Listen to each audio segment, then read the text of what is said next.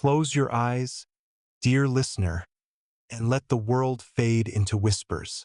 Imagine a kingdom where the air hums with the scent of damp stone and fading roses, where the stars hide behind clouds that never part. Picture yourself standing at the edge of a crumbling castle, its spires leaning like weary giants against the wind.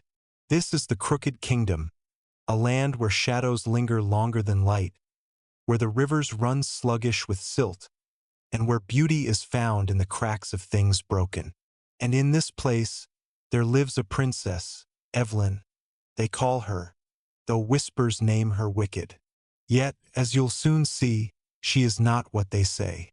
Settle in, let your breath slow, and walk with her through this night, for her story is one of strange comfort, woven from the threads of a world that others call cursed. If you feel her tale pull at your heart, leave a comment or a like. It helps these stories find their way to others who dream in the dark. The wind was sharp that evening, slicing through the gaps in the castle's warped wooden shutters, carrying the faint tang of iron and wet earth. Evelyn stood by her chamber window, her fingers brushing the frayed velvet curtain, its fibers soft as a sigh against her skin. The fabric smelled faintly of dust and time, as if it had hung there since the kingdom's first stones were laid. Her breath fogged the glass, a fleeting cloud that vanished as quickly as it came, and beyond it, the Crooked Kingdom stretched out in shades of gray and indigo.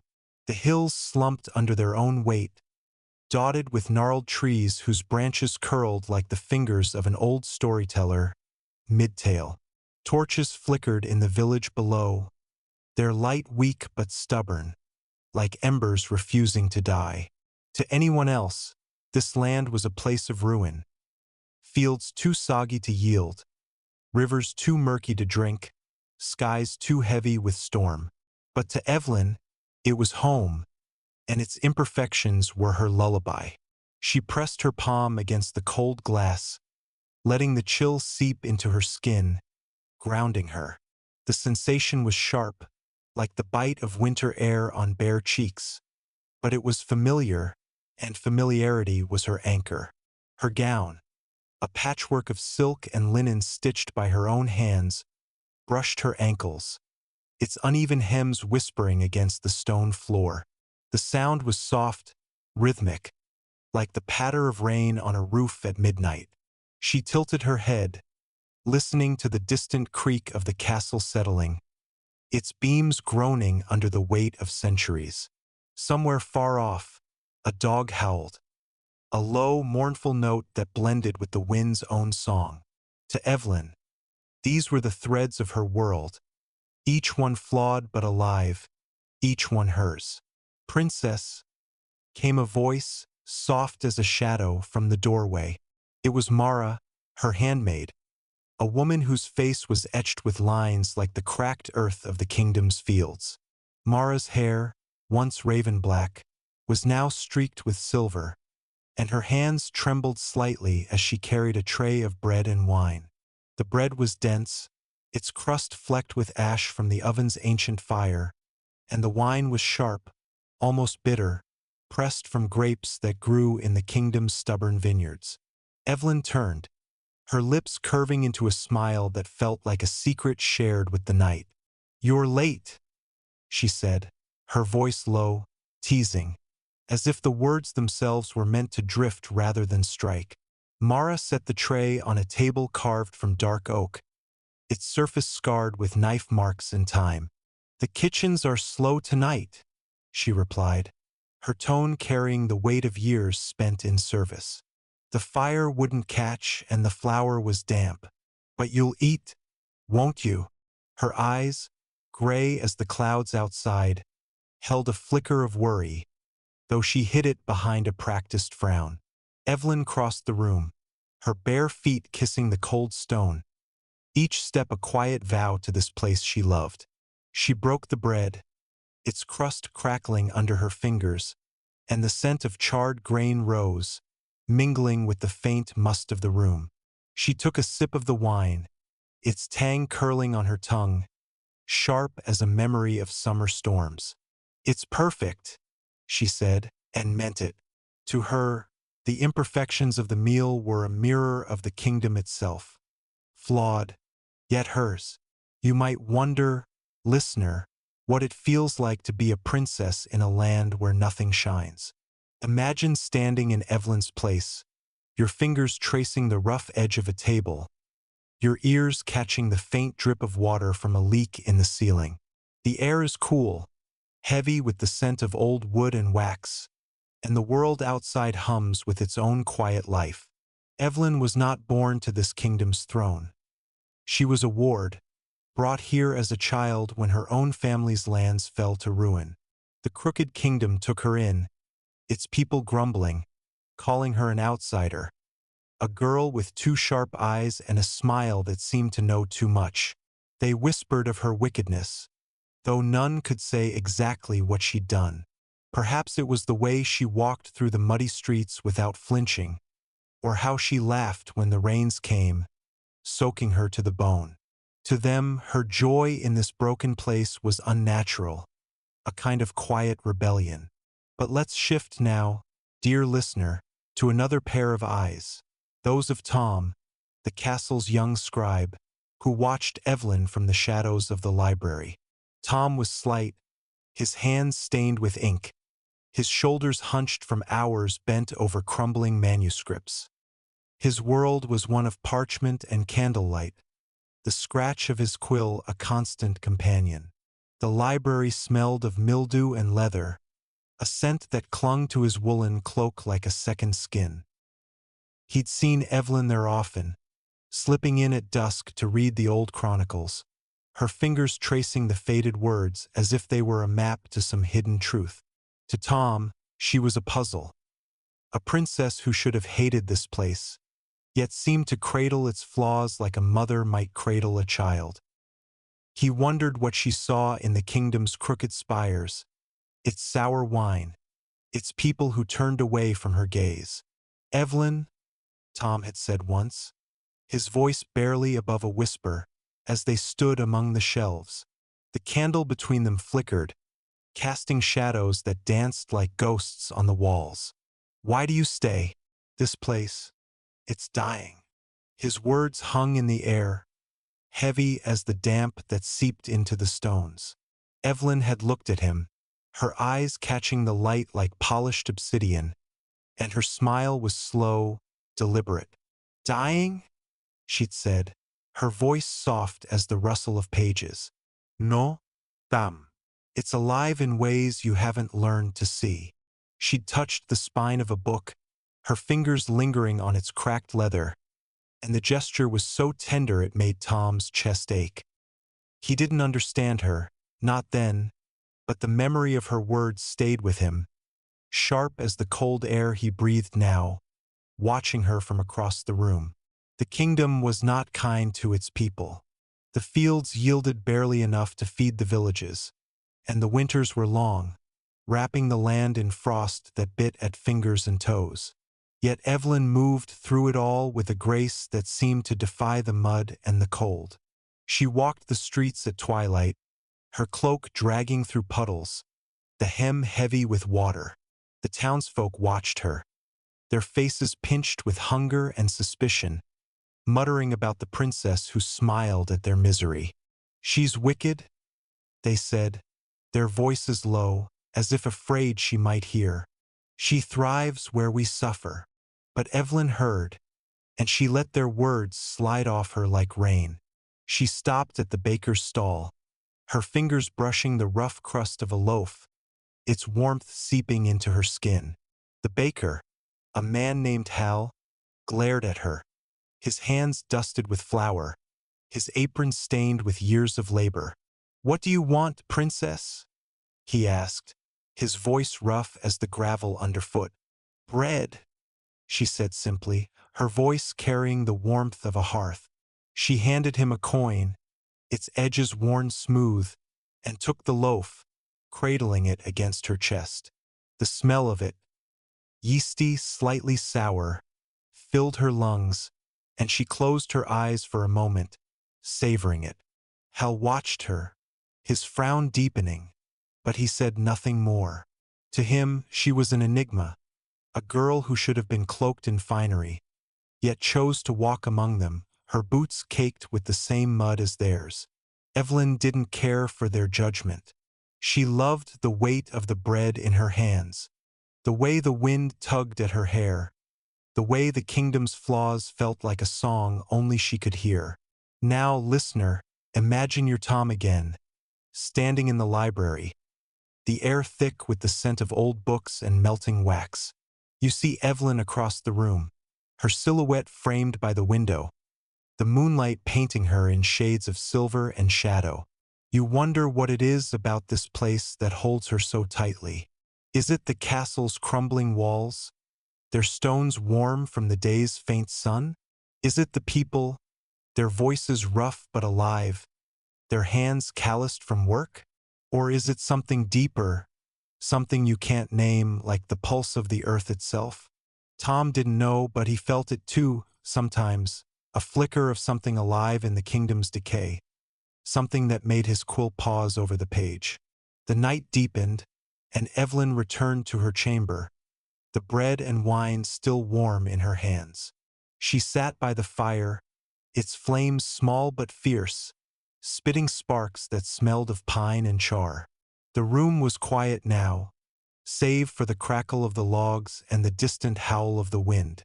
She broke the bread again, its crust crumbling under her fingers, and took another sip of wine, its bitterness a comfort on her tongue. This was her kingdom, her crooked, beautiful home, and she would not trade it for 1,000 golden spires.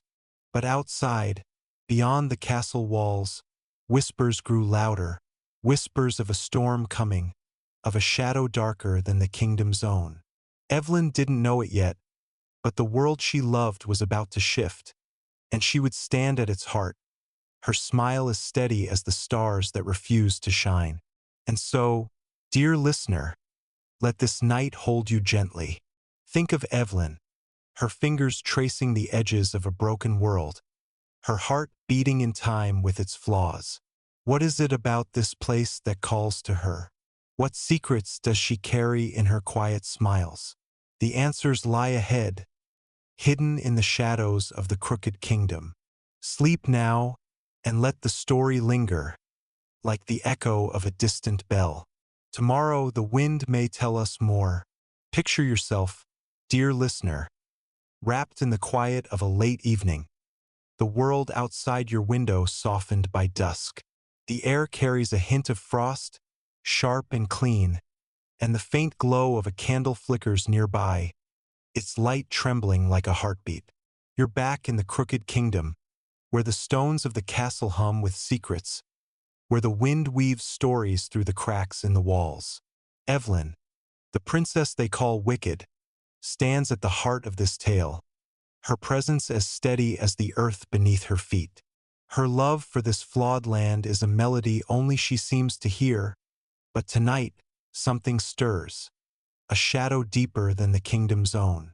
Settle deeper into your blankets, let the rhythm of this story carry you. And if it moves you, share a thought or a like to keep this tale alive for others who wander in the dark. The morning after Evelyn's quiet meal by the fire, the castle woke to a sky heavy with clouds, their edges bruised purple, as if the heavens themselves were holding their breath.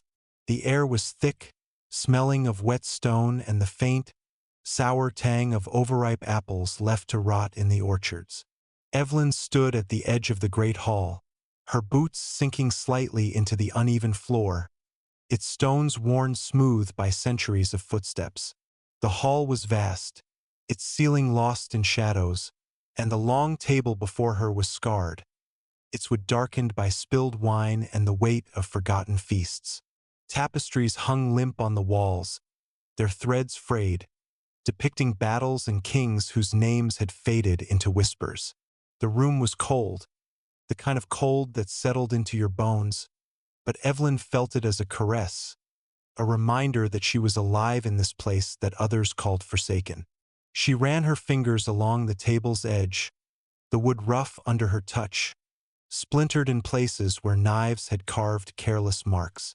The sound of her footsteps echoed, a a soft tap-tap that mingled with the distant clatter of servants in the kitchens. A fire burned low in the hearth, its smoke curling upward, carrying the scent of charred oak and something sweeter, like honey left too long in the jar. Evelyn closed her eyes, letting the sounds and smells wrap around her, grounding her in the moment. To her, this hall was not a ruin but a living thing, its imperfections a map of the kingdom's heart. She could almost hear the laughter that once filled it, the clink of goblets, the rustle of silk, echoes of a time when the crooked kingdom was not yet called cursed. "You're up early, princess," came a voice low and gravelly from the far end of the hall. It was Hal, the baker from the village, now standing with a sack of flour slung over his shoulder. His apron was dusted white, and his hands, thick and calloused, gripped the sack tightly, as if it were a shield. His eyes, deep-set and wary, studied Evelyn, searching for the wickedness the townsfolk whispered of. She turned to him, her movements slow, deliberate, like a dancer stepping into a familiar rhythm. "The morning suits me," she said, her voice soft as the brush of wool against skin. "The air feels cleaner then, don't you think?" Hal grunted, setting the sack down with a thud that sent a puff of flour into the air. It sent sharp and earthy. "Cleaner?" he said, wiping his hands on his apron. "This air chokes us. Always has." Evelyn smiled, a small, knowing curve of her lips, and stepped closer, her gown trailing over the stones, its hem catching faintly on their uneven edges. "It breathes, Hal," she said, her words slow, deliberate, as if inviting him to hear the kingdom as she did. "Listen to it, the wind, the creak of the beams. It's alive." Hal's frown deepened, his fingers twitching as if he wanted to argue but couldn't find the words. To him, the kingdom was a weight, its fields too wet, its people too hungry. But Evelyn's eyes held no trace of despair. They gleamed, catching the firelight like polished stones, and for a moment, Hal wondered if she saw something he'd missed all these years. "Now, listener, let's slip into another perspective, that of Mara, the handmaid, who watched this exchange from the shadows of a doorway." Mara's hands were folded, her fingers tracing the rough edges of her apron, its fabric worn thin from years of scrubbing and sewing.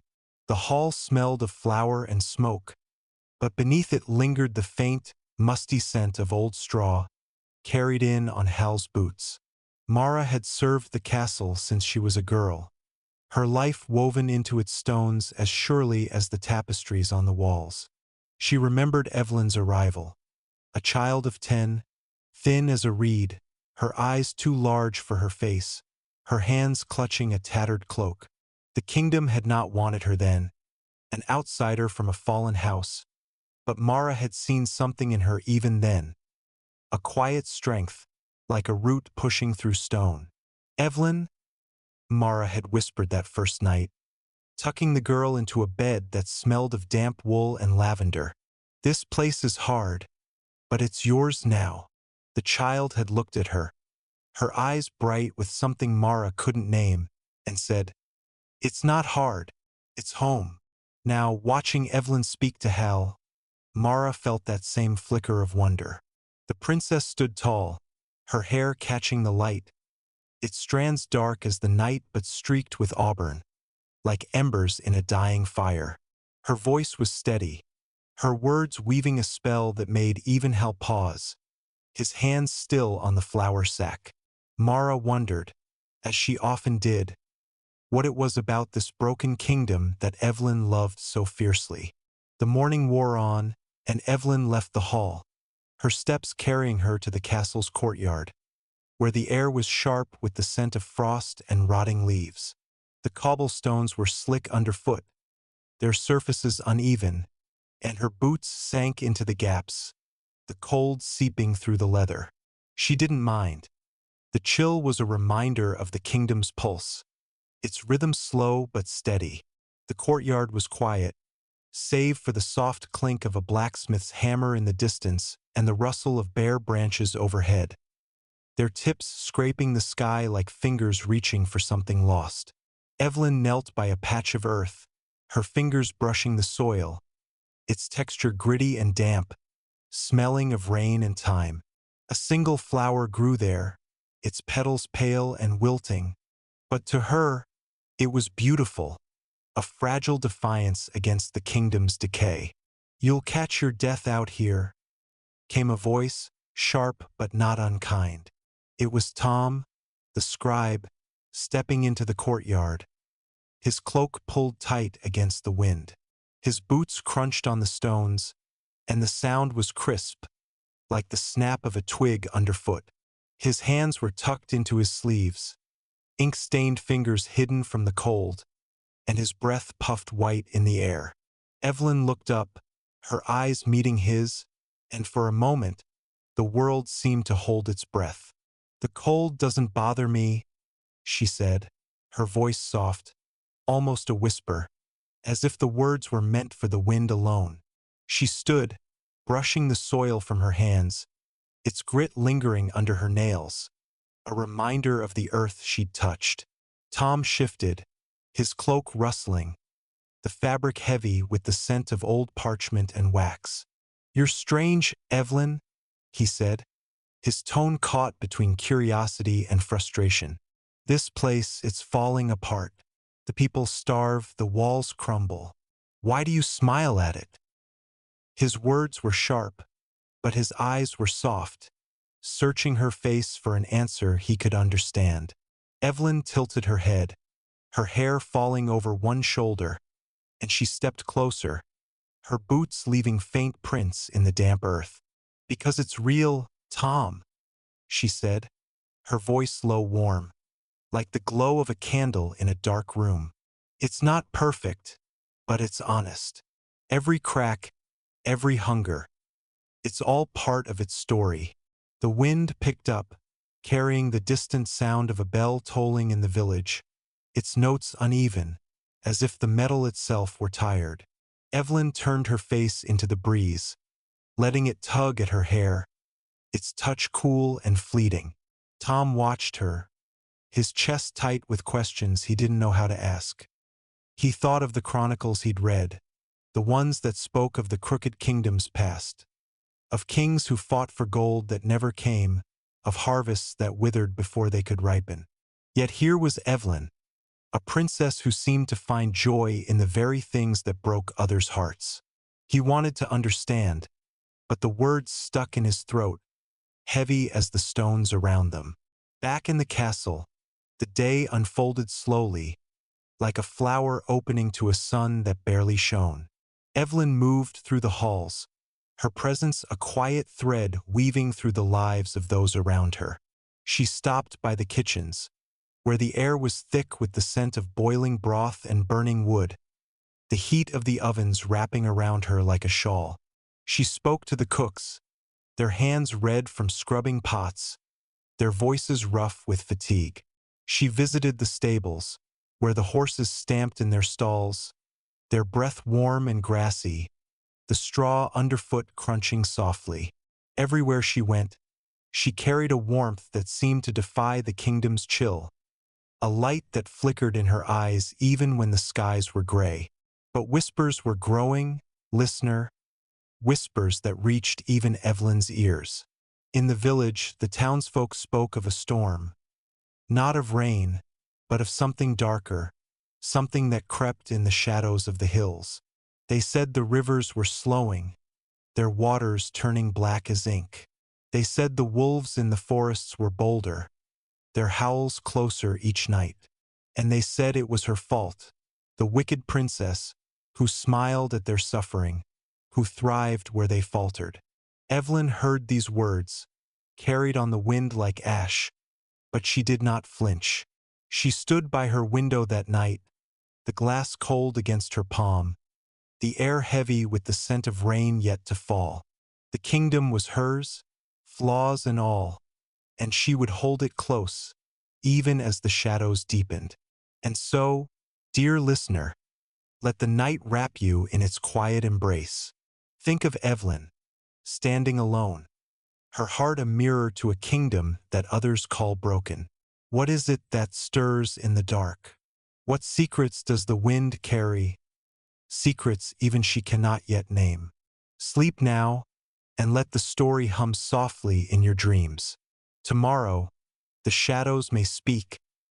Dear listener, let the world slip away as you sink into the quiet of this moment. Imagine the soft weight of a blanket around your shoulders, the air cool and still, carrying the faint scent of wax and wood smoke. You're back in the crooked kingdom, where the stars hide behind a veil of clouds, and the castle's stones whisper tales older than memory. Evelyn, the princess they call wicked, walks these halls, her heart entwined with the land's imperfections, her steps a steady rhythm against its decay. But tonight, the whispers grow sharper, the shadows heavier, and something stirs beyond the castle walls, something that even Evelyn cannot yet name. Let your breath slow, let the story unfold like a river finding its way, and if this tale weaves its way into your dreams, share a like or a thought to light its path for others. The dawn broke sluggishly over the crooked kingdom, the sky a tapestry of gray threaded with slivers of pale gold. Evelyn stood on the castle's highest balcony, her hands gripping the rough stone railing, its surface pitted and cold, biting into her palms like the memory of winter. The air was sharp with the scent of frost and damp earth, mingled with the faint, acrid tang of smoke from the village below, where chimneys coughed their first breaths of the day.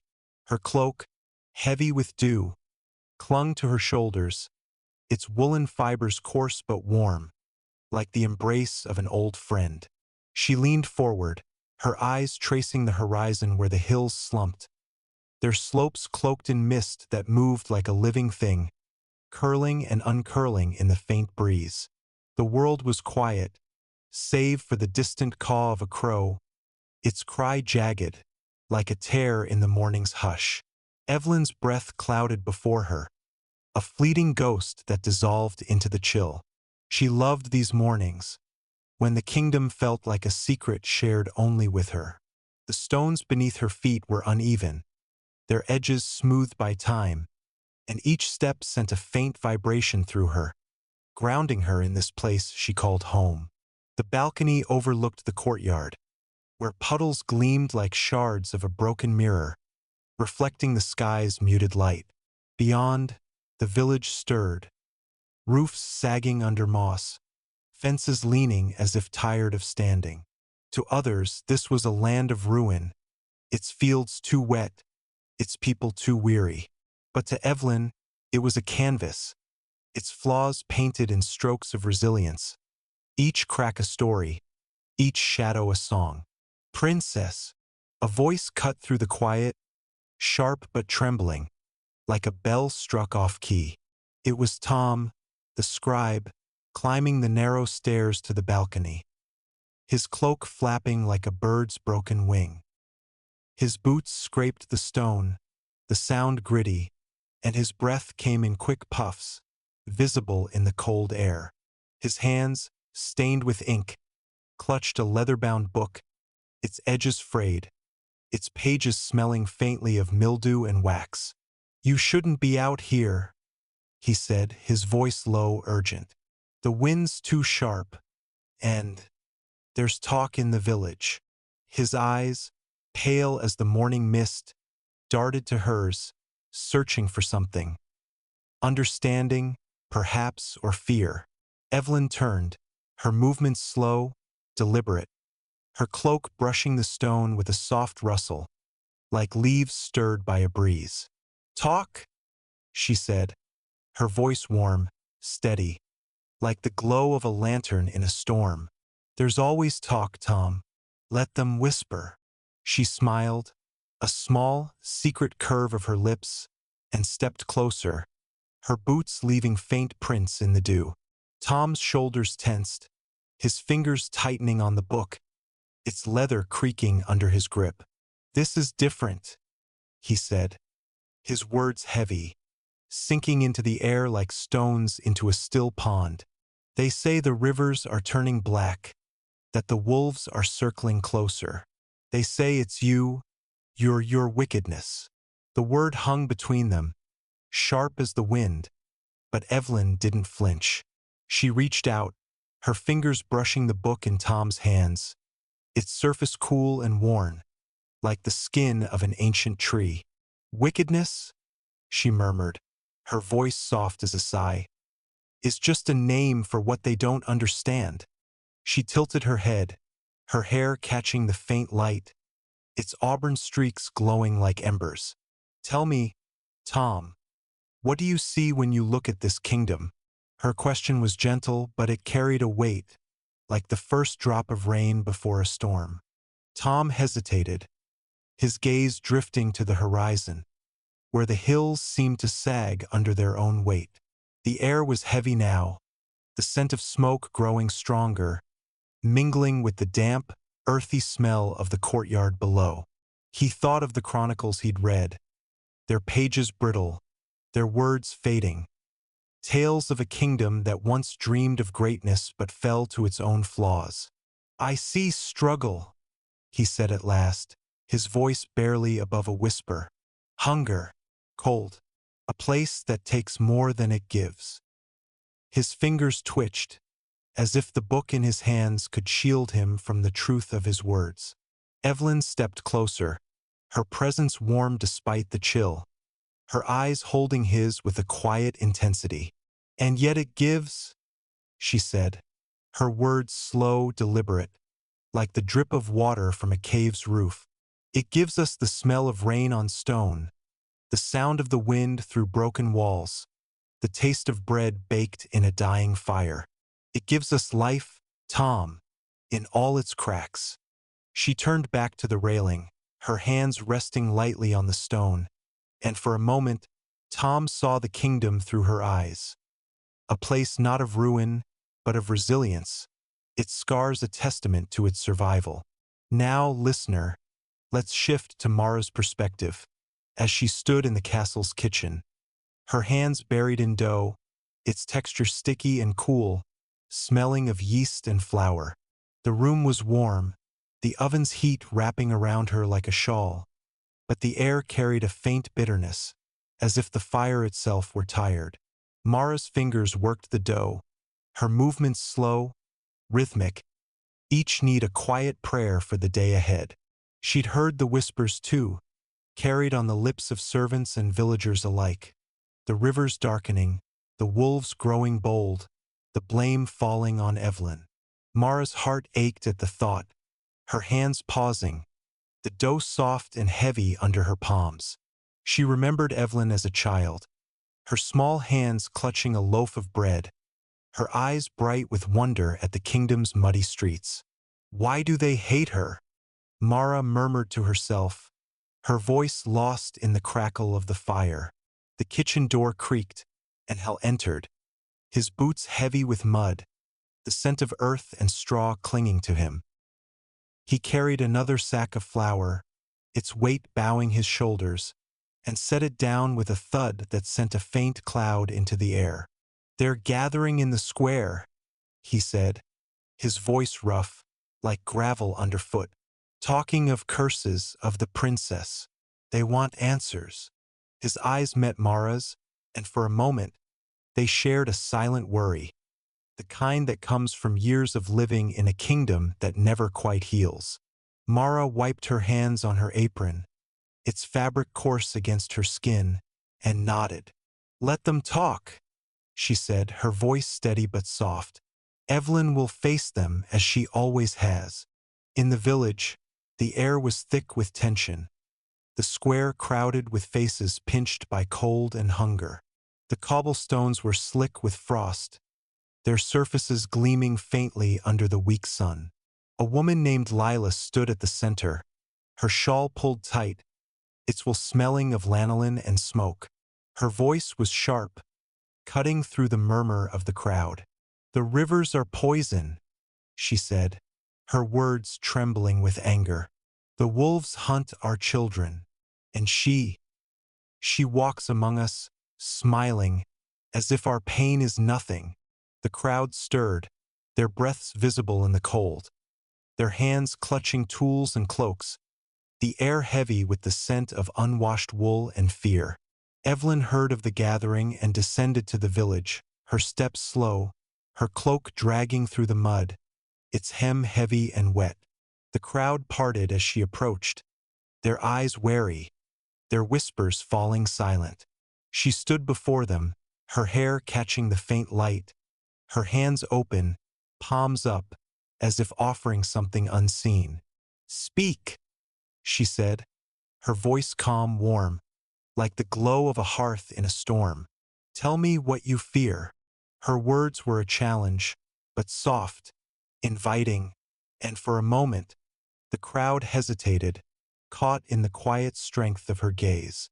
Lila stepped forward, her shawl slipping slightly, the cold biting at her shoulders. "You," she said, her voice sharp but trembling, "you bring this curse. The rivers, the wolves. It started when you came." Evelyn's eyes softened, and she stepped closer, her boots sinking into the mud, its chill seeping through the leather. "The rivers were slow before I came," she said, her voice steady, like the rhythm of a lullaby. "The wolves hunted when my feet were still small. This kingdom has always been itself, broken, yes, but alive." She reached out, her fingers brushing Lila's shawl, its texture rough but warm, and the gesture was so gentle it silenced the crowd. Night fell, and Evelyn returned to the castle, the air now thick with the scent of rain and pine. She sat by her chamber window, the glass cold against her forehead, the world outside a tapestry of shadow and mist. The whispers of the village lingered in her mind, but so did the kingdom's pulse. The creak of the castle, the sigh of the wind, the taste of bitter wine on her tongue. Something was coming, she knew, something darker than the rivers or the wolves, but she would face it, as she faced everything, with a heart that saw beauty in the cracks. And so, dear listener, let the night hold you close, its quiet a blanket against the world. Think of Evelyn, standing at the edge of a storm she cannot yet see, her love for her kingdom a light in the dark. What lies beyond the hills? What secrets do the rivers hide? Sleep now, and let the story drift with you, like a leaf on a quiet stream. Tomorrow, the shadows may grow clearer. Dear listener, let the hush of the evening cradle you, as if you're nestled by a fire that glows just bright enough to warm your hands. Picture the air around you, cool and heavy with the scent of rain-soaked earth, the faintest flicker of candlelight dancing in the corner of your eye.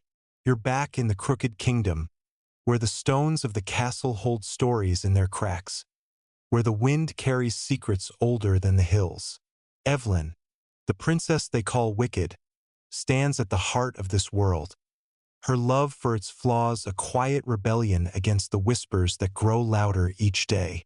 Something stirs now, deeper than the blackened rivers, wilder than the wolf's howls, a shadow that even Evelyn feels in her bones.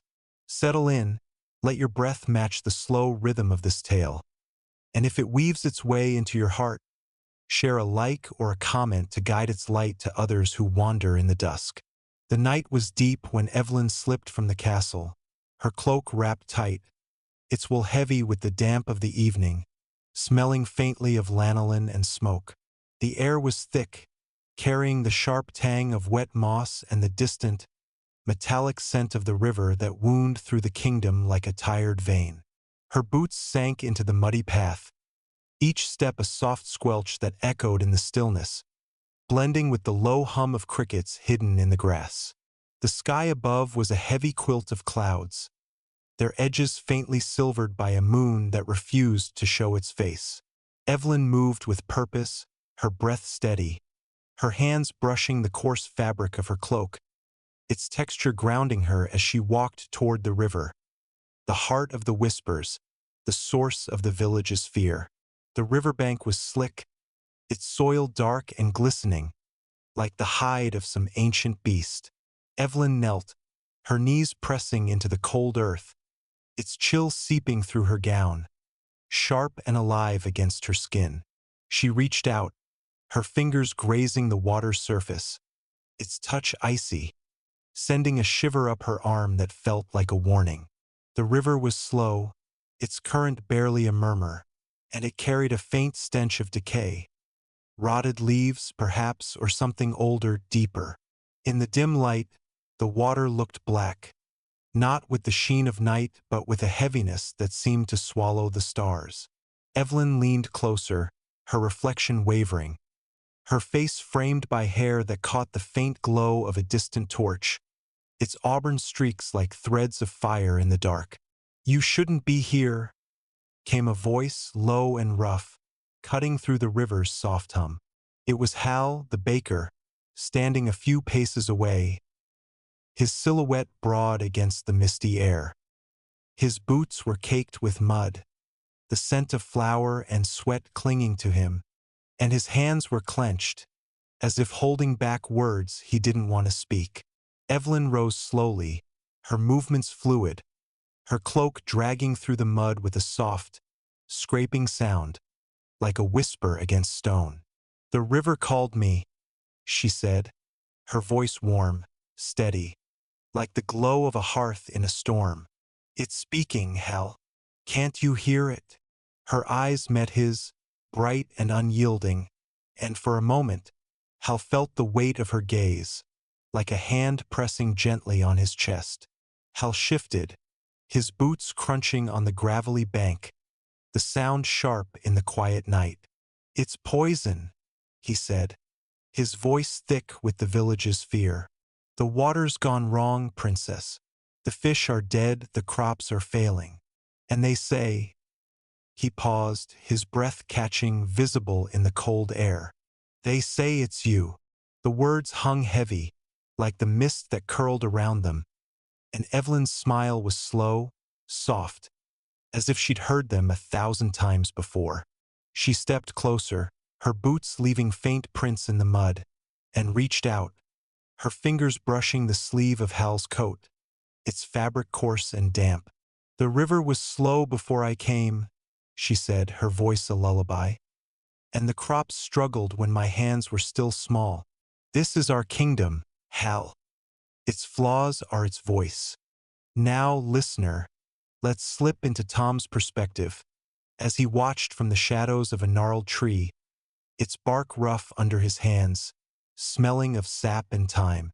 The riverbank was a world away from his library, where the air was thick with the scent of parchment and wax, where the scratch of his quill was the only sound that kept him company. But tonight, he'd followed Evelyn, driven by a curiosity he couldn't name, his cloak heavy with dew, its fibers clinging to his shoulders. He saw her kneeling by the river, her silhouette framed against the water's dark mirror, and he felt a pang in his chest, sharp as the cold that bit at his fingers. Tom had read of rivers in the Chronicles, rivers that carried life, rivers that drowned kings, but this one felt different, as if it held a secret it wasn't ready to share. "Evelyn?" Tom called softly, stepping forward, his boots sinking into the mud, the sensation cold and slick, like stepping into a dream. She turned, her eyes catching the torchlight, their depths gleaming like polished stone. "What are you looking for?" he asked, his voice barely above a whisper, as if afraid to disturb the river's hush. Evelyn tilted her head, her hair falling over one shoulder, and the gesture was so gentle it made Tom's breath catch. "Answers," she said, her voice soft, deliberate, like the drip of water from a cave's roof. "The river knows something, Tom. It's older than us, older than the castle. It's seen what we haven't." She knelt again, her fingers trailing through the water, its surface rippling under her touch, and Tom wondered what she saw in its depths, truth or something darker. The night deepened, and Evelyn led Hal and Tom back to the castle, the path winding through fields where the grass was brittle, its tips crunching underfoot, smelling of frost and decay. The castle loomed ahead, its spires crooked, their stones glowing faintly in the torchlight, like bones warmed by a dying fire. Inside, the great hall was quiet, save for the crackle of the hearth, its flames casting shadows that danced like ghosts on the walls. Mara was there, her hands folded, her apron dusted with flour, its scent mingling with the smoky air. She looked at Evelyn, her eyes gray as the dawn, and saw the mud on her boots, the damp cloak clinging to her frame. "You've been to the river," Mara said, her voice soft but heavy, like a stone dropped into still water. Evelyn nodded, her fingers brushing the edge of the table, its wood scarred and warm from the fire's glow. "It's not poison," she said, her words slow, deliberate, as if tasting each one before letting it go. "It's grieving." The word hung in the air, strange and heavy, and Mara's hands stilled, her fingers twitching as if they wanted to reach out. Hal, standing by the door, shifted uncomfortably, his coat smelling of mud and flour, his eyes darting between Evelyn and the fire. "Grieving?" he said, his voice rough, skeptical. "Rivers don't grieve." But Evelyn's gaze was steady, her eyes catching the firelight, and she leaned forward, her voice a whisper, like the wind through broken walls. "Everything grieves, Hel. The river, the stones, the kingdom. They carry their wounds, just as we do." Tom, standing by the hearth, felt the heat on his face, its warmth a contrast to the cold that lingered in his bones. He thought of the chronicles again, of the stories he'd read, of floods that swept away villages, of rivers that ran red with blood. But Evelyn's words were different, softer, as if she saw the river not as a force but as a companion, its blackness a cry rather than a curse. He wanted to believe her, to see the kingdom as she did, but the whispers of the village were loud in his ears, their fear a weight he couldn't shake. "What do we do then?"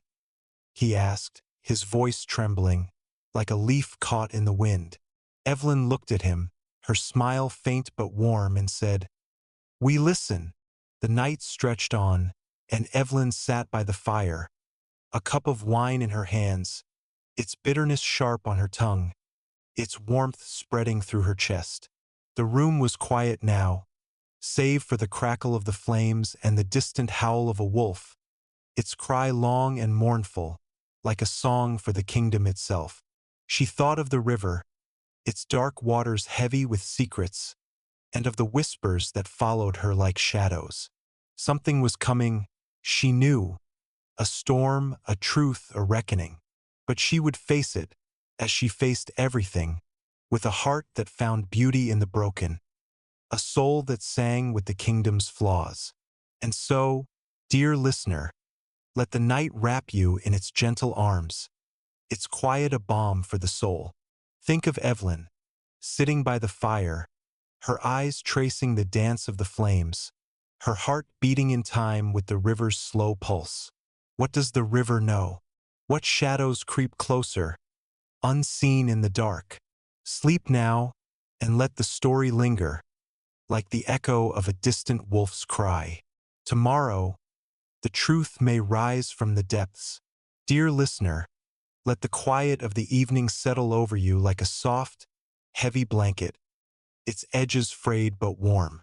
Imagine the faint glow of a candle nearby, its flame trembling in the still air, casting shadows that sway like memories on the walls. You're back in the crooked kingdom, where the earth breathes slowly, its pulse felt in the damp stones and the sigh of the wind. Evelyn, the princess they call wicked, carries the kingdom's flaws like a cloak, her love for its brokenness a light in the growing dark. But the whispers are sharpening now, the river's heavier, and the wolf's howls closer than ever. Something stirs, deeper than fear, older than the castle itself. Settle deeper, let your breath match the story's slow rhythm. And if this tale wraps around your heart, share a like or a thought to keep its embers glowing for others who wander in the night. The castle was silent in the hours before dawn, save for the faint creak of its beams, settling like old bones after a long day. Evelyn sat in her chamber, her fingers tracing the rim of a clay cup, its surface rough and cool, smelling faintly of the earth it was born from. The wine inside was sharp, its tang curling on her tongue like a memory of bitter herbs, and the fire in the hearth had dwindled to embers, their glow soft but stubborn, casting a warm haze over the room. The air carried the scent of charred wood and wax, mingled with the damp, musty breath of the castle itself. Outside, the wind howled, a low, mournful note that wove through the shutters, tugging at the frayed curtains with fingers of cold. Evelyn closed her eyes, letting the sounds wrap around her. The wind, the creak, the distant drip of water from a leak in the roof, like a lullaby sung by the kingdom itself. She rose, her gown brushing the stone floor, its hem heavy with the dust of the day, its fabric whispering softly, like leaves stirred by a breeze. She crossed to the window, her bare feet kissing the cold stone, each step a quiet vow to this place she loved. The glass was fogged, its surface icy against her palm, and beyond it, the crooked kingdom stretched out in shades of shadow and mist. The hills loomed, their shapes blurred, and the river glinted faintly, its waters dark as ink under a sky that refused to clear. But there was another sound now, cutting through the wind, a howl sharp and wild, rising from the forest beyond the village. The wolves were closer tonight, their cries not just a song but a warning, and Evelyn felt it in her chest, a tightening, like a thread pulled taut. "Princess," came a voice, soft but urgent, from the doorway. It was Mara, her handmaid, her silhouette framed by the dim light of the corridor, her apron dusted with flour, its scent faint but warm. Her hands trembled slightly, clutching a shawl that smelled of wool and lavender, and her eyes, gray as the dawn, were wide with worry. "The wolves," she said, her voice low, as if afraid to wake the castle. "They're at the edge of the village now. The shepherds are frightened. They say the beasts took a lamb last night." Evelyn turned, her movements slow, her eyes catching the ember light, their depths gleaming like polished stone. "They're hungry," she said, her voice soft, deliberate, like the drip of water in a cave. "The wolves are part of this place, Mara. They speak its truth." Mara stepped closer, her shawl slipping slightly, the cold air biting at her shoulders. "Truth?" she said, her voice trembling, like a leaf caught in the wind. "They speak of death, Evelyn. The village is afraid, and they look to you." Her words were heavy, sinking into the air like stones into a still pond, and Evelyn's smile was faint, warm, as if she'd heard this fear before. She crossed the room, her fingers brushing Mara's arm, the wool of her shawl coarse but soft, like the kingdom itself. "Let them look," she said, her voice a lullaby, "and let them listen. The wolves are not our enemies. They're our kin, crying for the same things we do." Now, listener, let's shift to Tom's perspective as he stood in the library, his hands trembling over a crumbling manuscript, its pages brittle, smelling of mildew and time. The air was thick with the scent of old leather and wax, the candle beside him flickering, its light casting shadows that danced like ghosts on the walls. Tom had heard the wolves too, their howls piercing the night, and he'd seen the fear in the servants' eyes, the way they whispered of curses and the princess who smiled at their pain. He thought of Evelyn by the river, her fingers trailing through its dark waters, her voice speaking of grief as if it were a living thing. He wanted to understand her, to see the kingdom as she did, but the chronicles he read spoke of decline, of rivers that poisoned fields, of wolves that hunted men, of a land that seemed to turn against its own. Tom, came a voice, soft but clear, pulling him from his thoughts. It was Evelyn, standing in the doorway, her cloak still damp from the night, its hem trailing mud across the floor, the scent of earth and rain clinging to her. Her hair caught the candlelight, its auburn streaks glowing like embers, and her eyes held a quiet intensity, like the river itself. "You're awake," she said, her voice warm, steady, like the glow of a hearth in a storm. Tom's hands stilled on the manuscript, its parchment cool under his fingers, and he met her gaze, his chest tight with questions. "I couldn't sleep," he said, his voice barely above a whisper. "The wolves, the village, it's all falling apart, Evelyn. Why do you stay?" She stepped closer, her boots leaving faint prints on the stone, the sound soft, like the patter of rain. "Because it's home," she said, her words slow, deliberate, as if tasting each one before letting it go. "The wolves howl because they're alive, Tom. The river runs dark because it carries the weight of the earth. This kingdom isn't falling, it's singing."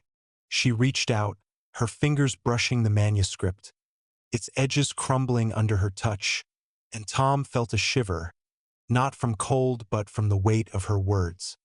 He thought of the river, its black waters heavy with secrets, and of the wolves, their cries a chorus in the night.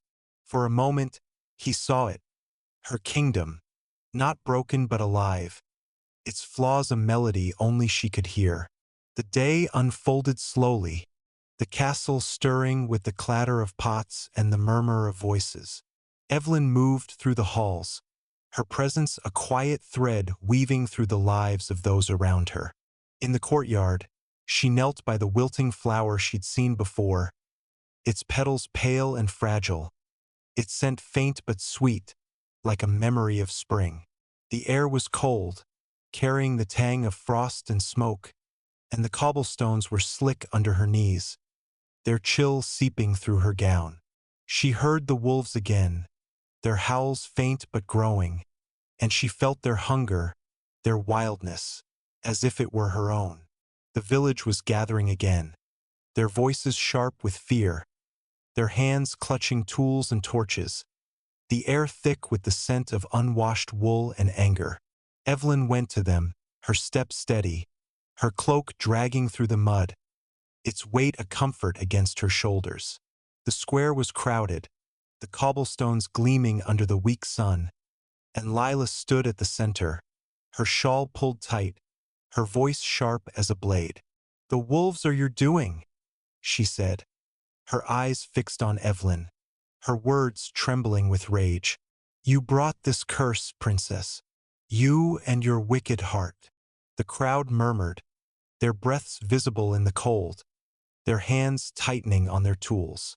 Evelyn stood before them, her hair catching the light, her hands open, palms up, as if offering a truth they couldn't see.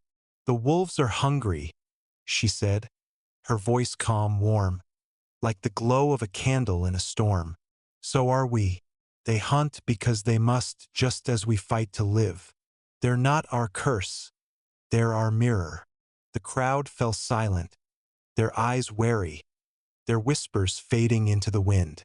Lila's hands trembled, her shawl slipping, the cold biting at her skin, but she said nothing more. Evelyn turned, her boots sinking into the mud, its chill a reminder of the earth she loved. She walked back to the castle, the wolves' howls following her, their cries weaving into the wind, into the kingdom's song. Something was coming, she knew, a shadow deeper than the river, wilder than the wolves. But she would face it, as she faced everything, with a heart that found beauty in the cracks, a soul that danced with the kingdom's flaws. And so, dear listener, let the night fold you in its quiet embrace, its hush a balm for the soul. Think of Evelyn, standing at the edge of a growing storm, her love for her kingdom a flame in the dark. What do the wolves know? What shadows creep closer, their footsteps silent in the night? Sleep now, and let the story drift with you, like a howl carried on the wind. Tomorrow, the truth may bare its teeth. The morning was raw, the air sharp with the bite of frost and the faint, sour tang of rotting leaves carried on the wind. Evelyn stood in the castle's courtyard, her boots sinking into the damp earth, its texture gritty and cold, clinging to her soles like a whispered secret. Her cloak was heavy, its wool sodden from the night's mist, smelling of lanolin and the faint smoke of the village fires. The sky above was a heavy shroud, its clouds low and bruised, their edges frayed like the hem of an old tapestry. The courtyard was quiet, save for the soft drip of water from the eaves, each drop a tiny pulse against the cobblestones, and the distant howl of a wolf, its cry long and mournful, weaving through the morning's hush. Evelyn closed her eyes, letting the sounds and scents settle over her. The drip, the howl, the earth's cool breath, like a song only she could hear. She knelt by the wilting flower she'd tended before, its petals curling inward, their faint sweetness rising above the muddy scent of the ground. Her fingers brushed its stem, delicate and brittle, and the touch was a quiet vow to this kingdom she loved, its flaws as dear to her as its fleeting moments of beauty. The wolves had howled through the night, closer than ever, and the village's fear had grown sharper, their whispers now a chorus of blame. Evelyn felt it all, their anger, their hunger, the river's grief, but she carried it lightly, like a basket of bread still warm from the oven. She rose, her gown brushing the stones, its hem heavy with mud, and turned toward the forest, where the wolves' cries seemed to call her name. Princess! The voice was sharp, cutting through the courtyard's quiet like a knife through cloth. It was Tom, the scribe, hurrying across the cobblestones, his cloak flapping, its fabric damp and heavy, smelling of parchment and wax. His boots slipped slightly on the slick stones, the sound a soft scrape, and his hands clutched a bundle of papers, their edges curling from the damp air.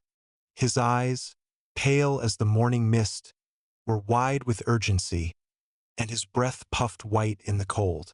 "You can't go to the forest," he said, his voice trembling, like a leaf caught in a storm.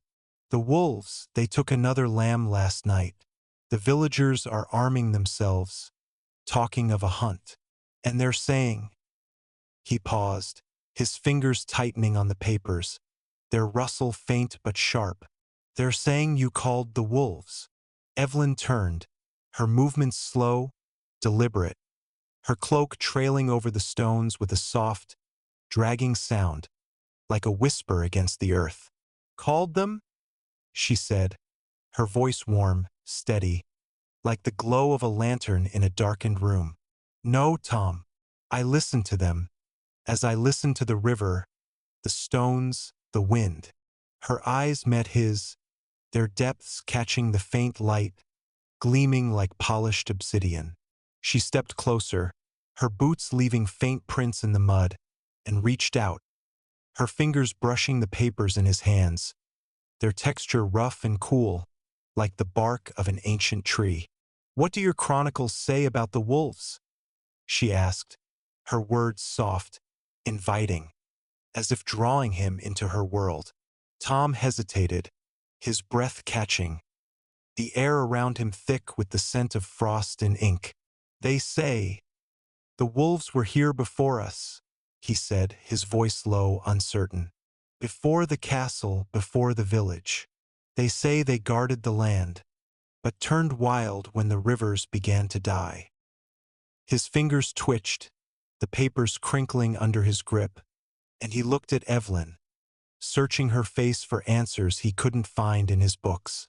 She smiled, a small, knowing curve of her lips, and leaned closer, her voice a lullaby, soft as the rustle of leaves.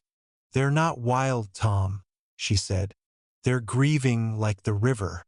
They howl because they remember what we've forgotten. Now, listener, let's slip into Mara's perspective.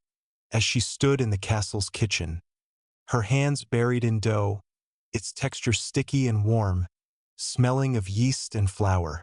The oven's heat wrapped around her, its glow casting a soft light on her lined face, and the air was thick with the scent of baking bread and burning wood. Mara had heard the wolves too, their cries piercing the night, and she'd seen the fear in the servants' eyes, the way they clutched their aprons and whispered of curses. She thought of Evelyn, her mud-streaked boots, her eyes bright with a love Mara couldn't fully understand. "She's out there again," Mara murmured, her voice lost in the crackle of the fire, her hands pausing in the dough, its warmth seeping into her palms. The kitchen door creaked, and Hal entered, his coat heavy with the scent of mud and straw, his hands dusted with flour from the mill. "They're planning a hunt," he said, his voice rough, like the gravel underfoot in the courtyard. "The villagers, Lila's leading them. They want the wolves dead, and they want answers from her." He jerked his head toward the window, where Evelyn's silhouette could be seen crossing the courtyard, her cloak a dark smudge against the mist. Mara's hands stilled, the dough soft and heavy under her fingers, and she felt a pang in her chest, sharp as the cold that lingered in the air. "They don't see her," she said, her voice soft but firm. "They don't see what she carries for this place." Evelyn reached the forest's edge by midday, the trees looming like sentinels, their branches gnarled and bare, their bark rough under her touch, smelling of sap and thyme. The air was colder here, heavy with the scent of pine and damp earth, and the ground was soft, her boots sinking into the leaf-strewn soil, its texture cool and yielding. The wolves' howls were faint now, but their presence lingered, a weight in the air, like the moment before a storm. Evelyn knelt by a tree, her fingers tracing a claw mark in its bark, its edges sharp, fresh, smelling faintly of torn wood and animal musk.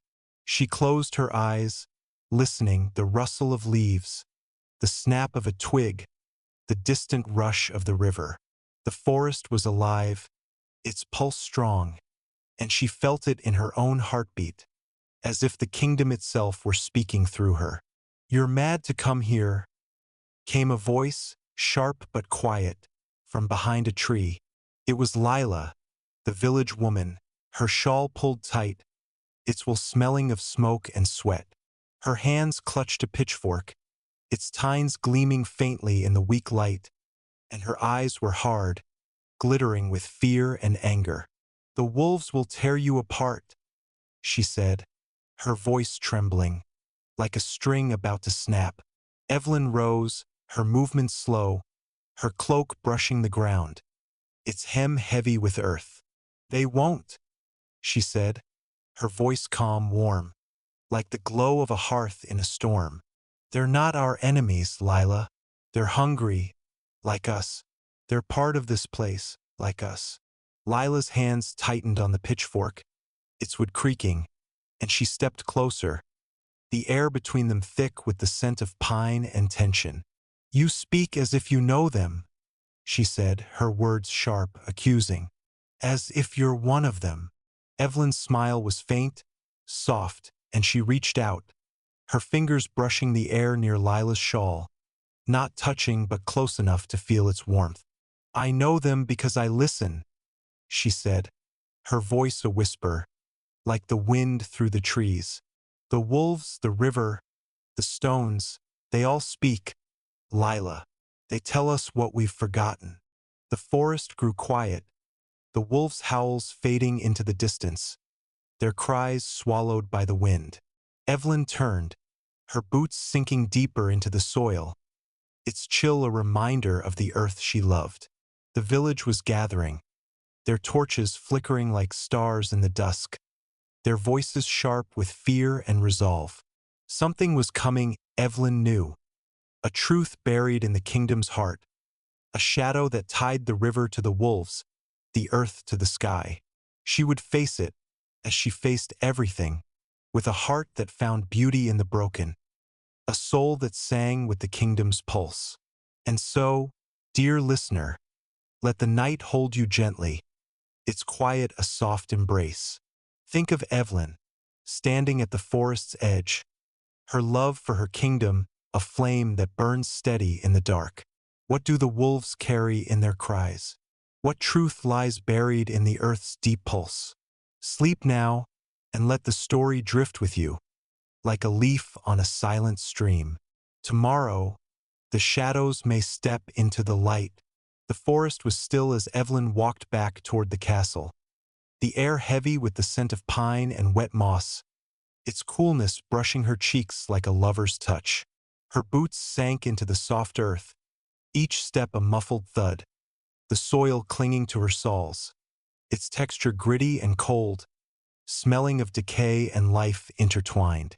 Her cloak dragged behind her, its wool sodden, heavy with the forest's damp, and the faint rustle of its hem blended with the whisper of leaves overhead, their branches swaying like fingers tracing a forgotten song.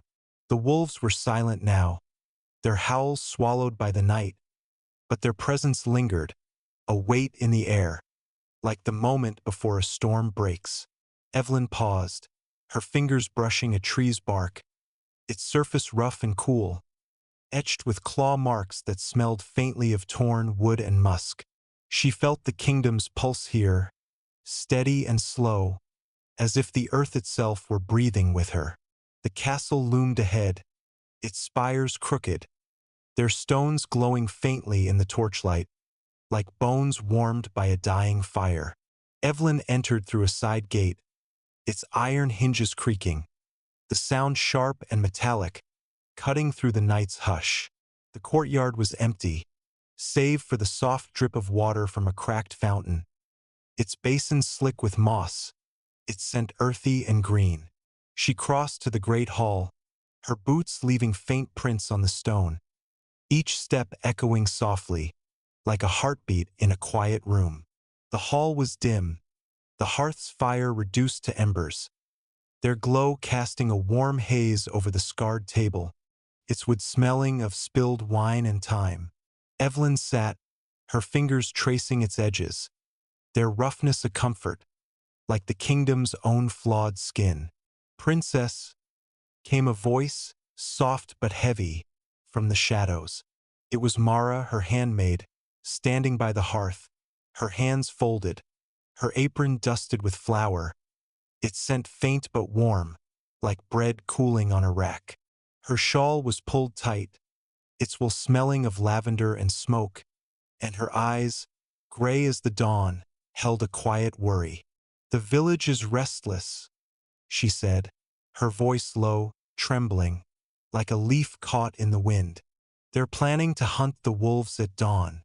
Lila's stirring them, saying you've cursed the land, that you've called the shadows." Evelyn's gaze softened, her fingers stilling on the table, and she leaned forward, her voice warm, steady, like the glow of a candle in a storm. "Let them hunt," she said, her words slow, deliberate. "The wolves will speak for themselves." Mara stepped closer, her shawl slipping slightly, the cold air biting at her shoulders. "You don't fear them?" she asked, her voice barely above a whisper, as if afraid to disturb the ember's glow. Evelyn's smile was faint, warm, and she rose, her gown brushing the stone, its hem heavy with mud, its rustle soft as a sigh. "Fear them?" she said, her eyes catching the firelight, gleaming like polished stone. "I know them, Mara. The wolves, the river, the earth. They're all part of this place, all grieving for what we've forgotten." She reached out, her fingers brushing Mara's arm, the wool of her shawl coarse but soft, like the kingdom's own heart. "Now, listener, let's shift to Hal's perspective, as he stood in the village square, the air thick with the scent of torch smoke and unwashed wool. The cobblestones were slick under his boots, their surfaces gleaming faintly in the torchlight, and the crowd around him murmured, their voices sharp with fear, their hands clutching pitchforks and axes. Hal's coat was heavy, smelling of mud and flour, and his hands were clenched, the calluses rough against his palms. He thought of Evelyn by the river, her fingers trailing through its dark waters, her voice speaking of grief as if it were a living thing. He wanted to believe her, to see the kingdom as she did, but the villager's fear was a weight, pressing against his chest like the cold air he breathed. "She's no curse," Hal muttered, his voice low, lost in the crowd's murmur. He thought of her smile, the way it warmed the great hall, the way her boots carried the same mud as his own. But Lila stood at the center of the square, her shawl pulled tight, her voice sharp as a blade. "The wolves are her doing," she said, her words trembling with rage. "The river, the hunger, it's all her. We hunt at dawn, and will demand answers from her." The crowd roared, their torches flaring, the air thick with the scent of burning pitch and anger. Hal's hands tightened, his fingers digging into his palms, and he felt a pang, sharp as the cold, for the princess who seemed to love what they could only hate. By midnight, Evelyn stood at her chamber window, the glass cold against her forehead, its surface fogged with her breath. The air was heavy, carrying the scent of rain and pine, and the distant howl of a wolf broke the silence, its cry long and mournful, like a song for the kingdom's heart. She thought of the river, its black waters heavy with secrets, and of the wolves, their hunger a mirror to the village's own. She thought of the chronicles Tom read, their pages crumbling, their words fading, tales of a kingdom that once dreamed of light but fell to its own shadows. Evelyn felt it all, the grief, the fear, the pulse of the earth, and she carried it, not as a burden but as a gift, a truth woven into the kingdom's flaws. She turned from the window, her fingers brushing a clay cup on the table, its surface cool and rough, smelling faintly of the wine it had held. The fire had died to ash, its faint warmth lingering in the air, and the room was quiet, save for the soft creak of the castle settling, its beams groaning like old bones.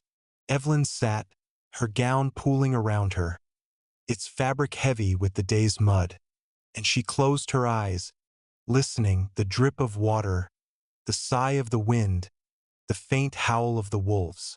Something was coming, she knew, a truth buried deep in the kingdom's roots, a shadow that tied the river to the wolves, the earth to the sky. She would face it, as she faced everything, with a heart that found beauty in the broken, a soul that sang with the kingdom's echoes. The village was restless, their torches gathering like stars in the dark, their voices sharp with resolve. Evelyn knew they would come for her, their fear sharpened into blades, their hunger twisted into blame. But she was ready, her love for the kingdom a shield, her faith in its flaws a light. She thought of the flower in the courtyard, its petals wilting but alive, it sent a faint promise of spring. She thought of the river, its grief a song, and of the wolves, their cries a call to remember. The kingdom was hers, broken and beautiful, and she would stand with it, even as the shadows closed in. And so, dear listener, let the night cradle you in its gentle arms, its quiet a soft balm for the soul. Think of Evelyn, standing at the edge of a gathering storm, her love for her kingdom a flame that burns steady in the dark. What truth lies in the wolves' cries? What secrets does the earth hold, waiting to be unearthed? Sleep now, and let the story linger, like the echo of a distant howl. Tomorrow, the shadows may finally speak. The dawn was heavy, the sky a quilt of iron-gray clouds, their edges frayed like the hem of an old cloak. Evelyn stood in the village square, her boots sinking into the mud, its texture cold and slick, clinging to her soles like a vow to the earth. Her cloak was heavy with dew, its wool smelling of lanolin and the faint smoke of last night's fires, and the air was sharp, carrying the tang of frost and the distant, musky scent of the wolves. The villagers gathered around her, their torches flickering like dying stars, their faces pinched with fear and anger, their hands clutching pitchforks and axes. The cobblestones gleamed faintly under the weak light, their surfaces slick with mist, and the square was alive with the murmur of voices, the creak of leather, the soft clink of metal. Evelyn stood tall, her hair catching the torchlight, its auburn streaks glowing like embers, her eyes steady, gleaming like the river's dark mirror. "You've brought this curse?" Lila said, stepping forward, her shawl pulled tight, its wool smelling of sweat and smoke. Her voice was sharp, trembling, like a string about to snap, and her hands gripped her pitchfork, its tines glinting in the dawn. "The river's poison, the wolves hunt our children, and you smile at our pain." The crowd murmured, their breaths visible in the cold, their eyes hard with blame. Evelyn's gaze softened, her fingers brushing the edge of her cloak, its fabric coarse but warm, like the kingdom's own heart. "I smile because I see," she said, her voice calm, warm, like the glow of a hearth in a storm. "I see the river's grief, the wolf's hunger, the earth's pulse. This kingdom isn't cursed. It's alive, and it's ours." The crowd stirred, their whispers sharp, but Evelyn stepped forward, her boots leaving prints in the mud, each step a quiet promise. "Come with me," she said, her words slow, deliberate, like the drip of water in a cave. "To the river. Let it speak." The villagers hesitated, their torches wavering, the air thick with the scent of burning pitch and fear.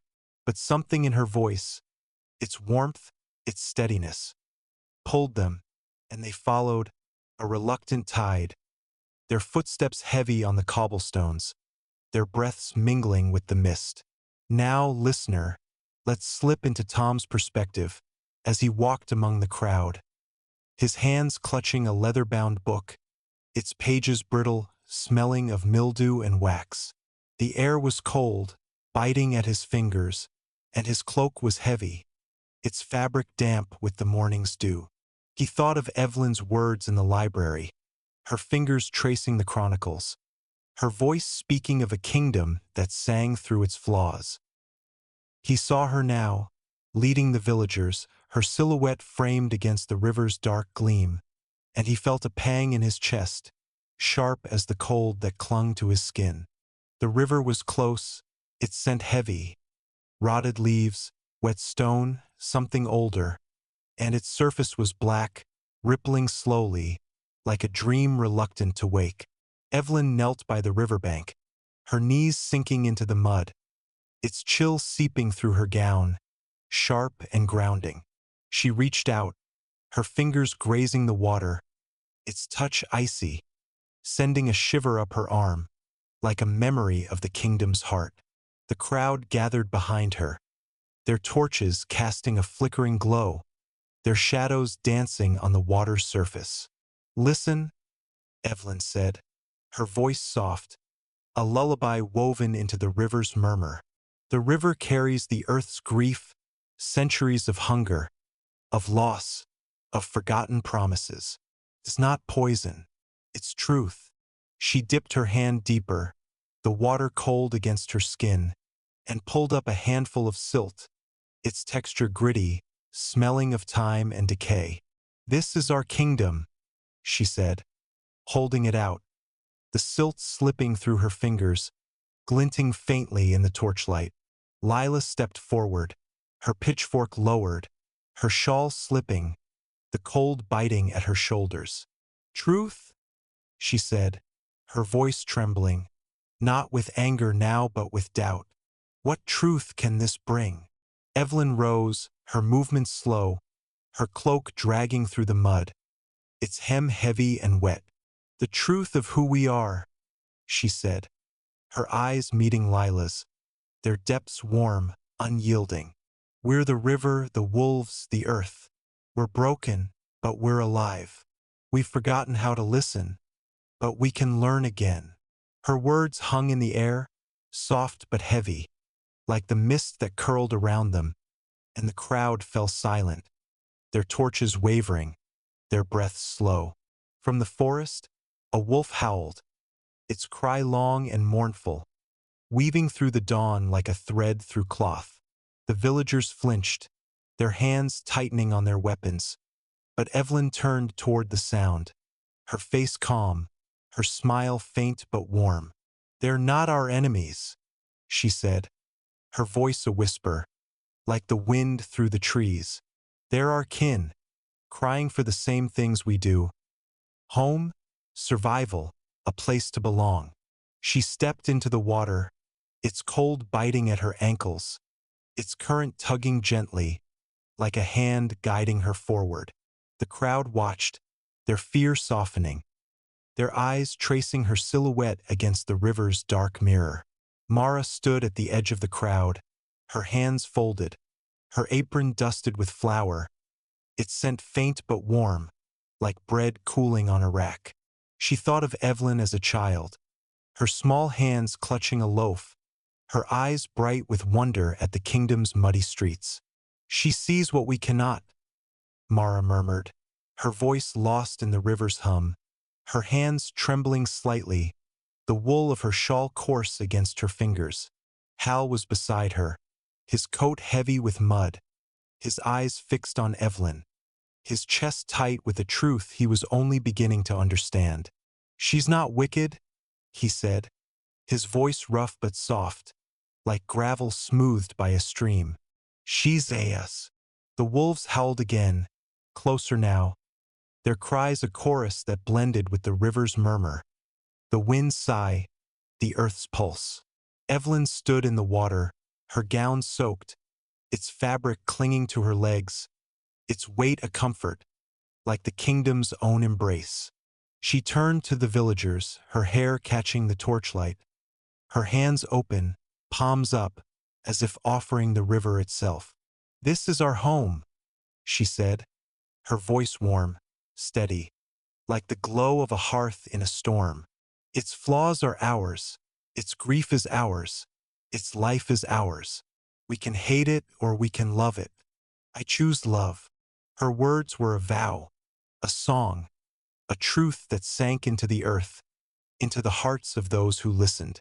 The crowd was silent, their torches burning low, the air thick with the scent of mud and smoke. Lila's hands loosened on her pitchfork, its tines sinking into the mud, and she stepped forward, her shawl slipping, her eyes soft with something new. Understanding, perhaps, or hope. "What do we do?" she asked, her voice small, like a child's in the dark. Evelyn smiled, her eyes gleaming, and said, "We listen. We tend the river, feed the wolves, mend the earth. We live." The words were simple, but they carried the weight of centuries, the warmth of a kingdom that refused to die. The sun rose higher, its light weak but stubborn, breaking through the clouds in slivers of gold. The villagers dispersed, their torches extinguished, their steps lighter, as if the river had washed away some of their fear. Evelyn returned to the castle, her boots heavy with mud, her heart full with the kingdom's song. The wolves' howls faded into the distance, the river's waters glinted faintly, and the earth breathed beneath her feet. The crooked kingdom was hers, broken and beautiful, and she would carry it always, its flaws a melody, its shadows a home. And so, dear listener, let the night hold you one last time, its quiet a gentle farewell. Think of Evelyn, standing with her kingdom, her love a light that burns through the dark. The river flows, the wolves sing, and the earth remembers. Sleep now, and let this story drift into your dreams, like a leaf on a quiet stream, its echo a promise of beauty in the broken. The crooked kingdom lives on, and so do we.